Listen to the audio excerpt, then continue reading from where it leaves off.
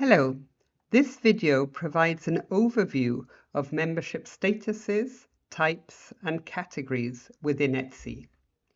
You may be wondering who can become an ETSI member. It's any organisation that aligns with the purpose and scope of ETSI activities, as defined in Articles 2 and 3 of the ETSI statutes.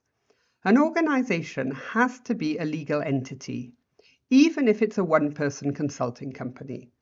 It has to be registered, so members can be associations, small companies, large companies, basically any sort of private or public organisation.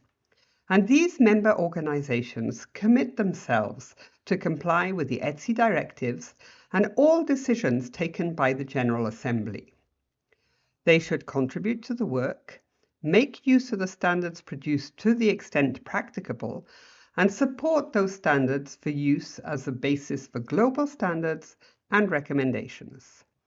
Last but not least, they also sign up and commit themselves to pay the member contribution.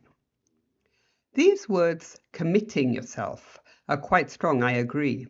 And of course, there are members who contribute very little or just monitor what ETSI is doing. And indeed, that's also okay. It's quite easy to find out who the ETSI members are. As you can see on this map, there are many countries, in fact 64 that are covered. The full membership list for the public is available on the ETSI website. You can find it next to where you find this map. For existing members, a far more detailed list is available via the link that you can see here. Representatives from the European Commission and representatives from the EFTA Secretariat are present in some groups and meetings as councillors. These organisations also participate in the funding of our activities. So funding comes from membership fees and also from the European Commission and the EFTA Secretariat. When an organisation decides to become an ETSI member, it has to indicate its category and type. But there's also the type of status that will be defined in line with the geographical area in which the organisation is registered.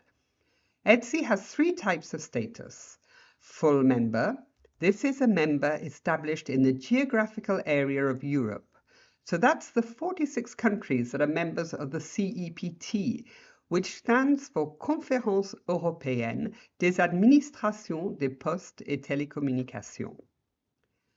An associate member is any organisation outside of the CEPT, so any organisation that's not eligible for full membership may become an associate member. And this is again just related to geography.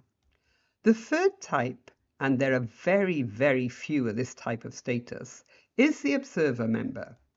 These are organisations that could potentially be full or associate members, but they do not wish to participate in the technical work. They gain access only to the General Assembly, so that's the General Assembly meetings and the General Assembly documents. ETSI has almost 950 members from 6 continents. More or less 82% of these are full members, which means that the legal entity that became a member is established in the geographical area of Europe, the CEPT, as I said previously. Roughly 18% are associate members, so from non-CEPT member countries. Less than 1% are observer members. Again, these are the organisations that do not wish to participate in the Institute's technical work.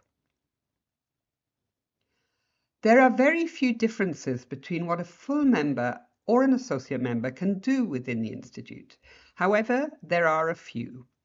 Only full members participate in determining the General Assembly quorum. Only full members can request the convening of an extraordinary General Assembly meeting. Only full members are grouped in national delegations during General Assembly meetings, and therefore only full members will have a head of national delegation if they're grouped in a national delegation. So, as you can see, these two go together. And only full members may be appointed as board members. There is a General Assembly and there is a board that oversee the running of the Institute. Within this structure, there are many rights and functions that are available to both full and associate members. Everybody participates in individual member voting in the ETSI General Assembly. They can all nominate candidates for the GA chair and vice chair positions. All members can cast proxy votes and vote by weighted individual voting during board member elections.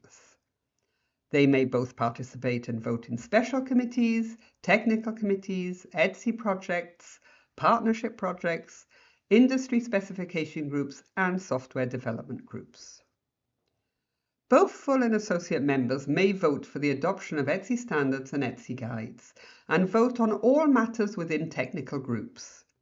Within the board, both full and associate members may nominate candidates for the ETSI board and may vote in board elections according to individual weight, including splitting those votes amongst candidates.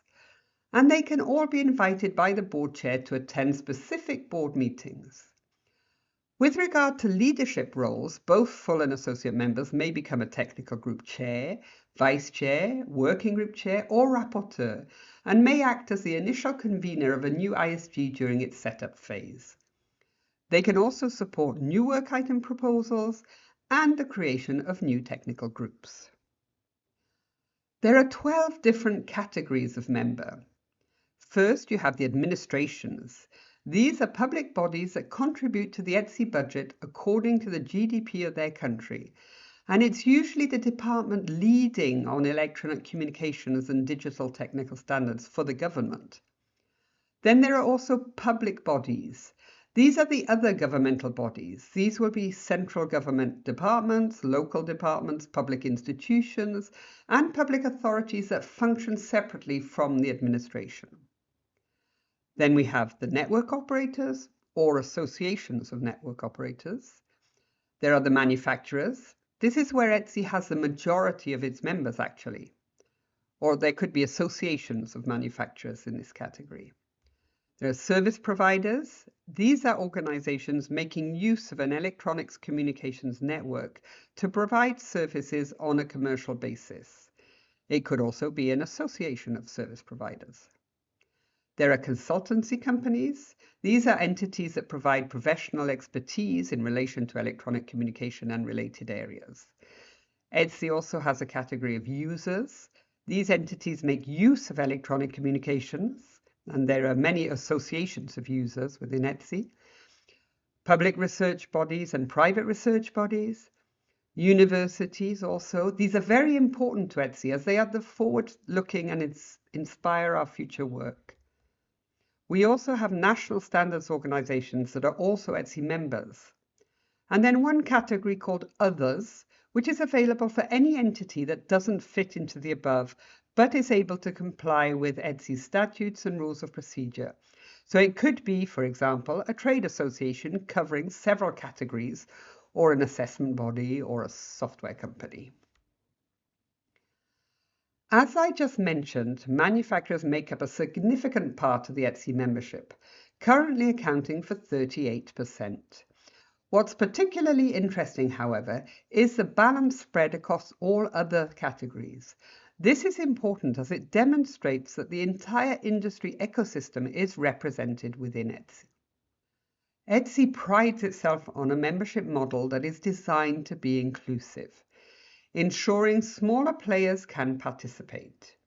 The yearly contribution is designed to be affordable for SMEs and microenterprises. For SMEs and microenterprises, it's the European Commission's definition that is applied. The yearly contribution is also scaled for trade associations and end-user associations, consumer associations, universities, and public research bodies. The other governmental bodies and national standards organizations also have a low cost. Here we have just a quick summary of the points that it would be useful to remember. Any organization that aligns with the purpose and scope of ETSI's activities may apply to become an ETSI member. There are 3 types of member status: full member, associate member, and observer member. There are 12 different categories. You saw these on slide 8. There are 3 different types in addition to the member status and the category. It could be an SME, it could be a micro enterprise, it could be an association. And ETSI has accessible fees for these organizations.